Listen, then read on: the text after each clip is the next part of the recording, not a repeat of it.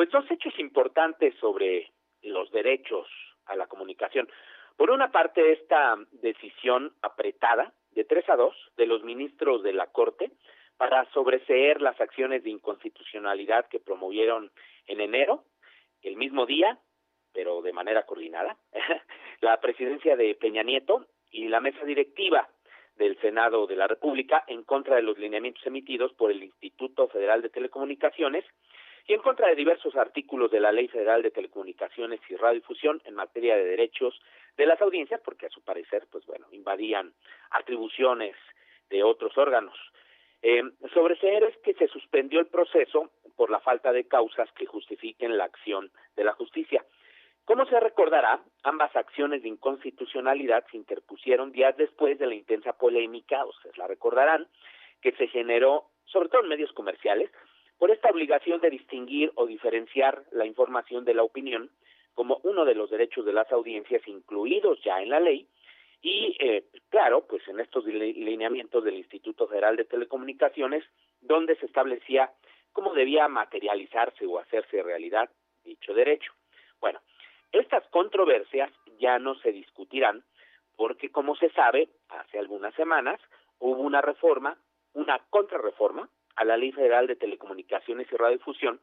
que dejó en la orfandad los derechos de las audiencias, reitero, sobre todo en los medios comerciales, y según la mayoría de los ministros, con este cambio se dejaron sin materia las controversias. Hay quienes consideran que eso no debió ocurrir porque había elementos de fondo que sí debían analizarse, por ejemplo, las facultades o no del Instituto Federal de Telecomunicaciones en la protección o tutela de los derechos de las audiencias. Estas controversias no deben confundirse con la acción de inconstitucionalidad que presentaron la semana pasada, que aquí comentamos, 47 senadores en contra de la reforma a la Ley Federal de Telecomunicaciones y Radiodifusión, calificada por el periodista Genaro Villamil como la Ley Televisa Doring, contra los derechos de las audiencias. Esta acción de inconstitucionalidad, y hace un rato escuchamos la nota al respecto, ya fue admitida y la sentencia muy probablemente se tendrá hasta el segundo semestre del 2018, pero habrá que verificar que así sea, porque resulta que ayer trascendió que 6 senadores, senadoras también del PAN, tenían la intención de desistirse de la acción de inconstitucionalidad. Si esto ocurriese, pues bueno, ya no procedería esta acción, pero hay dudas al respecto. Creo que ya entró y ya no se pueden desistir. También hay algo que se tendrá que aclarar el día de hoy. Mientras, estaremos en otro periodo de transición, o más bien de estancamiento de estos derechos de las audiencias, particularmente en la radio y la televisión comerciales. El otro aspecto que debo destacar es el cambio que sonó más a destitución del magistrado Jean-Claude Tron-Petit,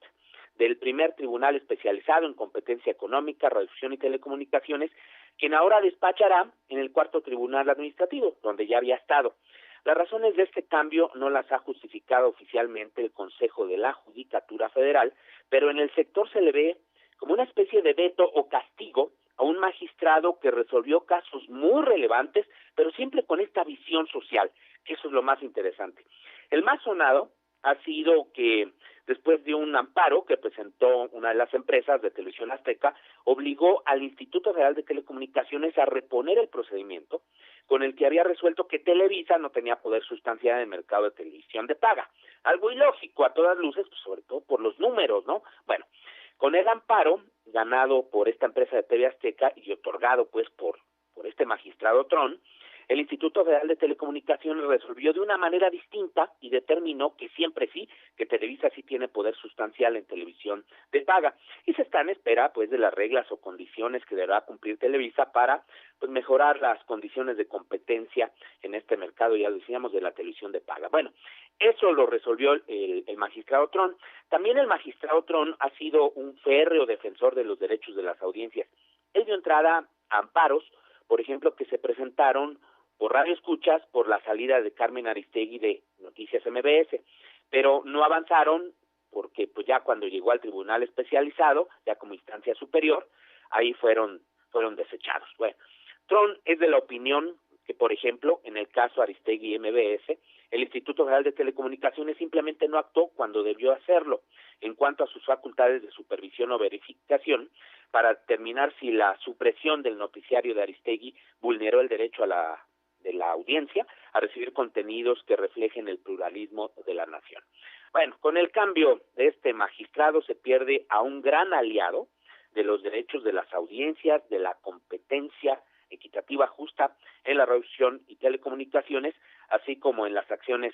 antimonopólicas que pues emprenden en estos sectores. Así es que pues malas noticias tenemos en este